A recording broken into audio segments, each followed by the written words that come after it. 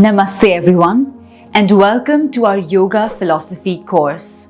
This course is designed to help you to understand all the different facets of yoga philosophy, right from the ancient philosophies to the yogic texts to the modern day yoga philosophy, and some very key yogic concepts that we apply within our yoga practices even today. Now, why exactly did we feel the need for such a course to exist?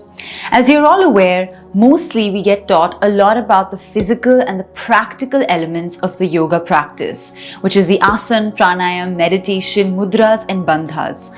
But very rarely do we get the information of the philosophy of yoga, of the why behind the yoga practice and how it exists and manifests the way it does now. And so because of that, it becomes really important to bridge that gap. And I'm sure you're here because you are interested in understanding that deep why behind your own yoga practice. Some of you may already be yoga teachers looking to deepen and understand the yoga philosophy further. Some of you may be keen yoga students and enthusiasts who really want to understand the meaning behind their current practices. And some of you may altogether be new to yoga and may have come here just out of a sense of curiosity. And the final category may also be those of you that are academically inclined and thoroughly enjoy these subjects and so want to learn the philosophy a little bit better. Either way, you're in the right place, and we really hope to take you on a journey through the philosophy to keep unraveling the yogic secrets that lie within the ancient texts of yoga. The reason I personally felt this was such a necessity is because I lived and grew up in a yoga institution, and we were always taught the yoga philosophy hand in hand with the practicals.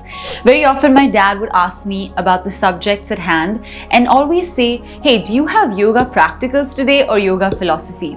It was so conjoined, so hand in hand, that it was always an either or and something that we, always packaged together. But because this missing link exists in the modern world, this is something we hope to fill up and to give you the resources for.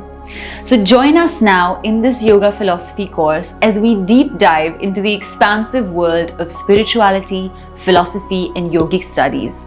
And my hope is that when you finish this course, you get a deep understanding of the subject of yoga and you yourself feel more connected to your inner being. If that happens and you evolve into a better version of yourself, then we can confidently say mission accomplished. And along with that, one more thing that I like to add is a lot of these theories that we're going to study are mostly available in yoga teacher trainings. But what happens is there's a lot of people that may not want to be yoga teachers necessarily, but are keen yoga practitioners, and they deserve, and you deserve, to have that knowledge given to you, even if your inclination is not necessarily to already become a teacher. And if you already are one, then you can go even deeper into this realm and start to unravel everything that yoga philosophy has to offer. With that, I'm going to take you towards the syllabus, towards the modules, and start breaking all of the subjects down for you.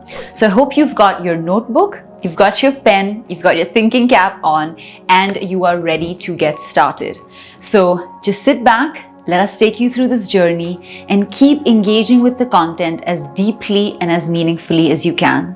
I'm going to see you now inside the course, and I cannot wait to get started on this journey with you. Namaste.